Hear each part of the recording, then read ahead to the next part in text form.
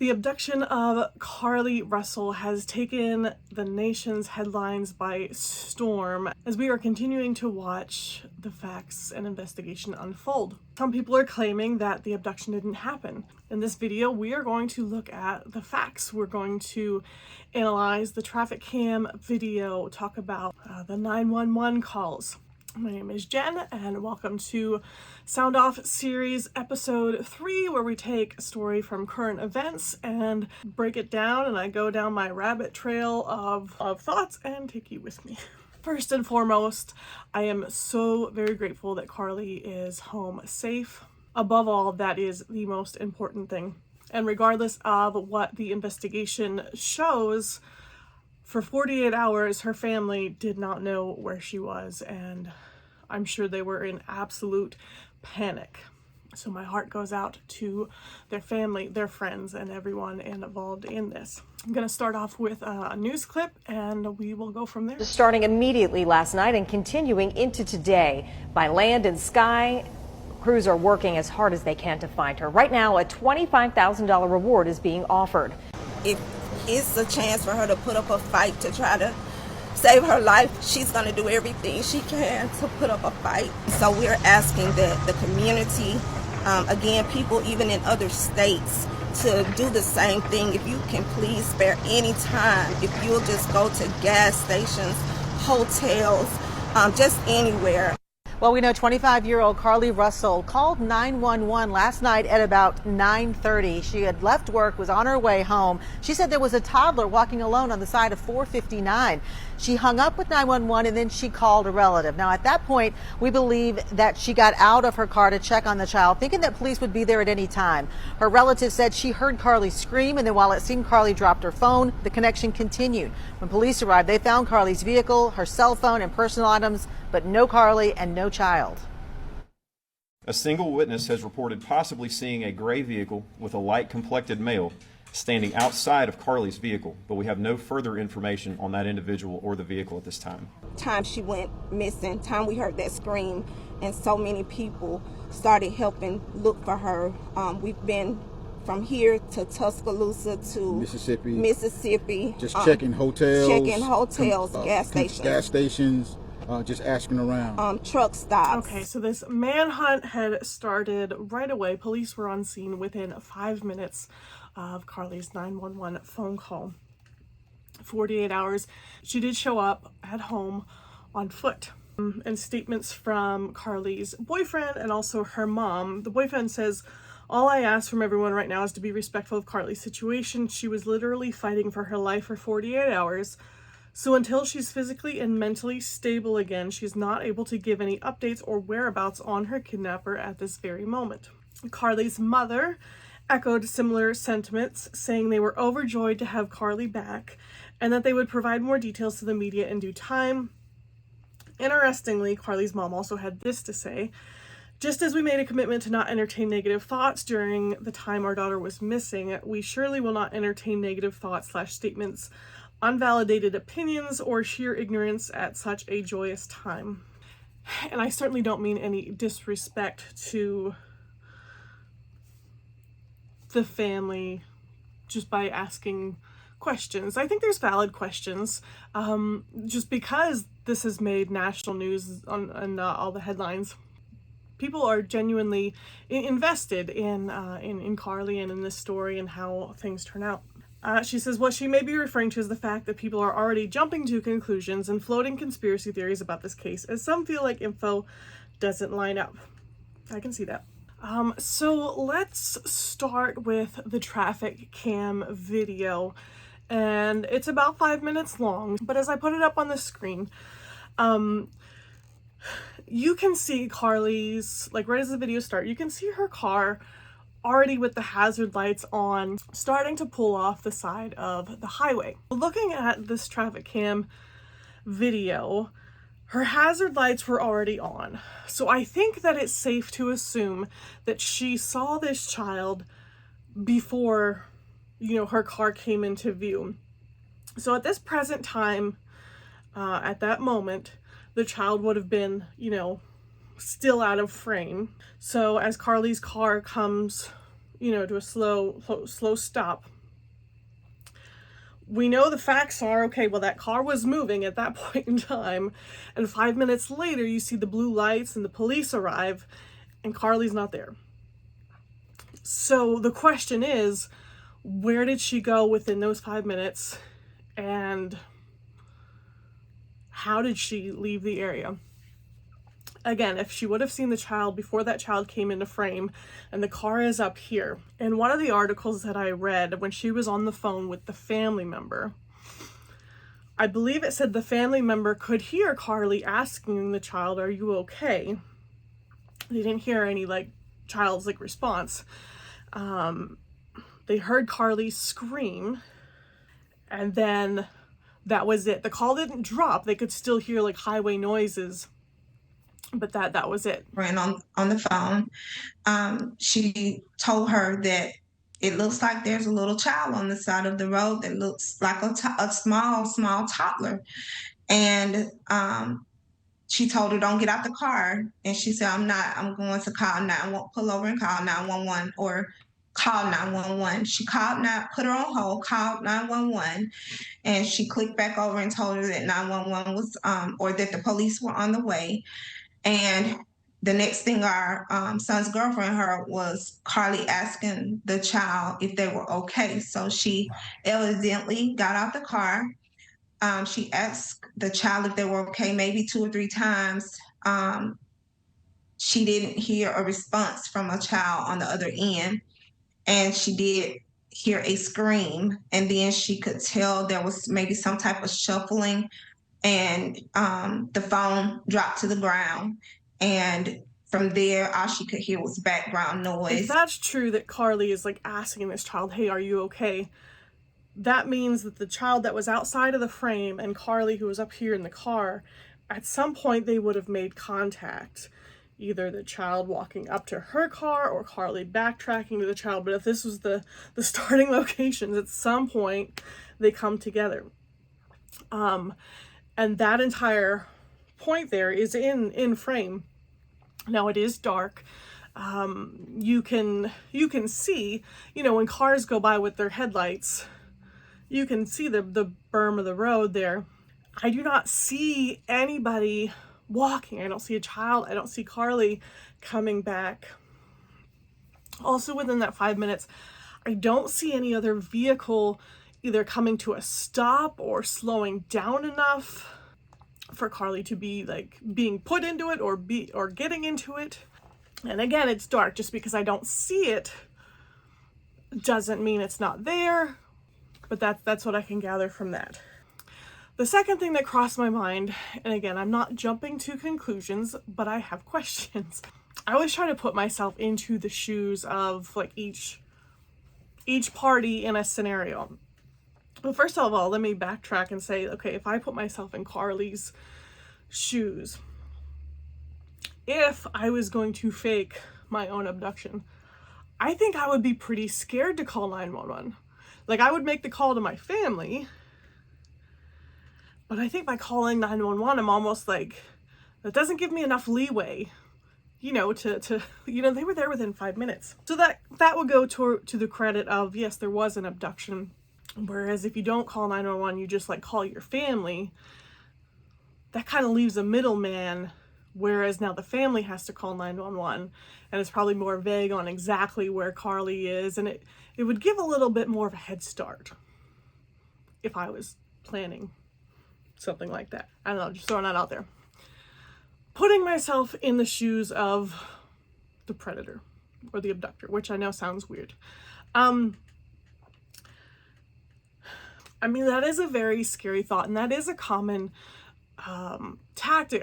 Using a child as bait, I don't know that that's common, but you hear the stories of telling women, if you get into your car in a parking lot and there is a note on your windshield, do not get out of the car to get that note, because that is a tactic predators will use to get you out of your vehicle so they can take you. So in that sense, it's a brilliant plan. Who is not going to stop to help a child? On the other hand, the location I kind of question. Now, not all criminals are masterminds. A lot of them are idiots. So there's that. But if you're using a child as bait alongside a busy highway at night, you don't really have control as the abductor over the factors of how that's going to play out. What if a 300-pound bodybuilder is the person that stops to help this child? Then what are you going to do? You can't guarantee that, a young woman, that's going to be the person that stops. And if there is a child walking along a busy highway at night, I have to believe that there would have been more than one phone call reporting that. I really think that more people would have seen it, or would have seen this child if there was one there. Does that mean that it's impossible? No, it doesn't, but I have questions. What happened within that 48-hour time period? Right now, the facts and the story picks up again about 48 hours or 2 days later, and it's reported that CARLEE shows up on foot at home. In abduction cases, it's not really the norm for the victim to show up back at home, 2 days later. Is it impossible? No. Again, as mentioned, a lot of criminals are idiots. Maybe they realized they were in over their heads and they're like, okay, goodbye, go. So it is absolutely possible that happened, and I don't want to minimize that in any way or any traumatic experience. But right before that timeline of when she shows up at home, there is dispatcher chatter about CARLEE possibly being at a Red Roof Inn. And I will play that clip here. 754 unclassified complaint, 1466 Montgomery Highway at the Red Roof Inn. The front office, per caller, family members at this location saying they received a call from the female that's missing, CARLEE Russell. 754 family members are saying they received a call from the female saying she was at this location. 754 en route. 760 1851. 32, be advised, the child's now in the area of 3582 currently. The Red Roof. 52 1852. 26 of the responding units. I just spoke with the front desk clerk. They said that the family is not being hostile or anything like that, but that there was about 6 carloads of people that have just shown up over there. 5-4 copy. Did the front desk have anybody check in under that name? Negative, and according to the front desk, the message that the family got did not state which Red Roof Inn. They don't know if it's going to be Vestavia or another location. Thank you. 52 and 5844 on scene at Red Roof. 752 754 1853. 44 on the Red Roof. 744 1853. Now, I think that dispatcher chatter just adds a whole lot more questions than it does answer anything. But it is part of the story, so I wanted to include that.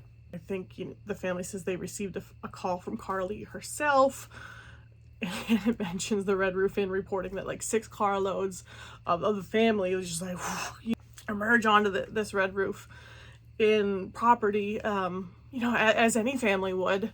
But other than that, I'm not really sure what was going on there. So that's really what we know. And just kind of looking over, the comments and people speaking out.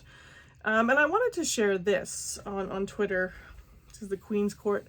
This is why it better not be a hoax or some kind of elaborate lie. This right here. And it shows all these faces of Black women. It says 64,000 Black women are currently missing in the U.S. and no one is talking about it.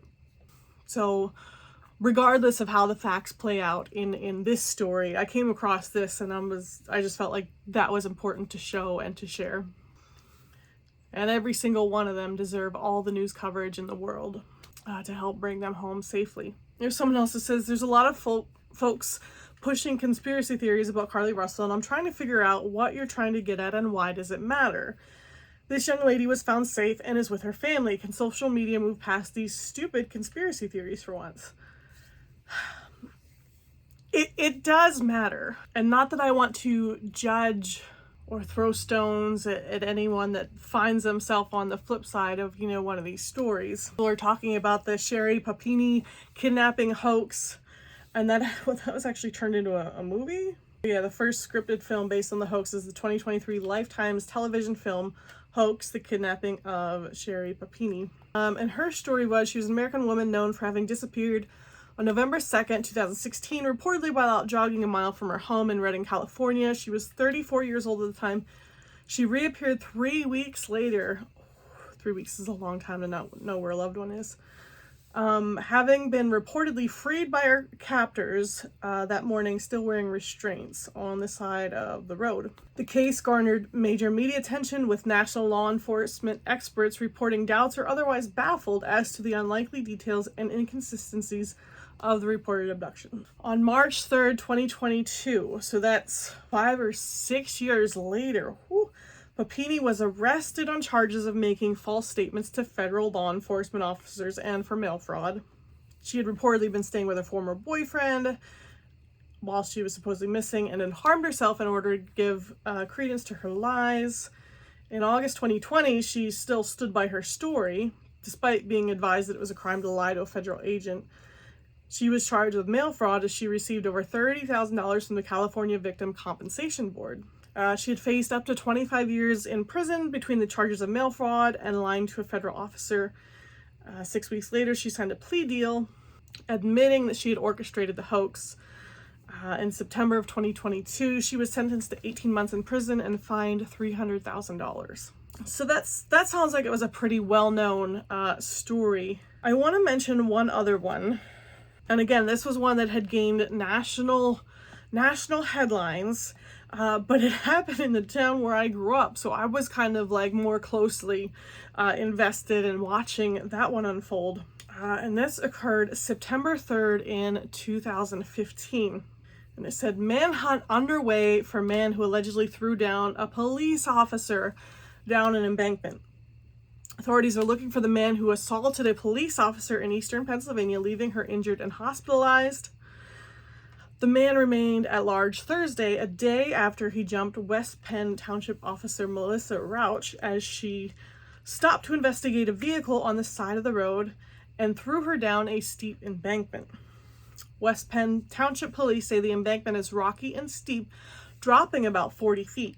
Police say Rauch hit the man with her stun gun and called for backup. He was gone by the time other officers arrived on the scene. Pennsylvania State Police described the man as Hispanic, 6 feet 2 inches to 6 feet 4 inches tall, and heavyset, weighing 240 to 260 pounds. So that was September 2015. Again, I remember that. I mean, that everybody, all the police from everywhere was involved. The choppers were out. It was an extensive manhunt.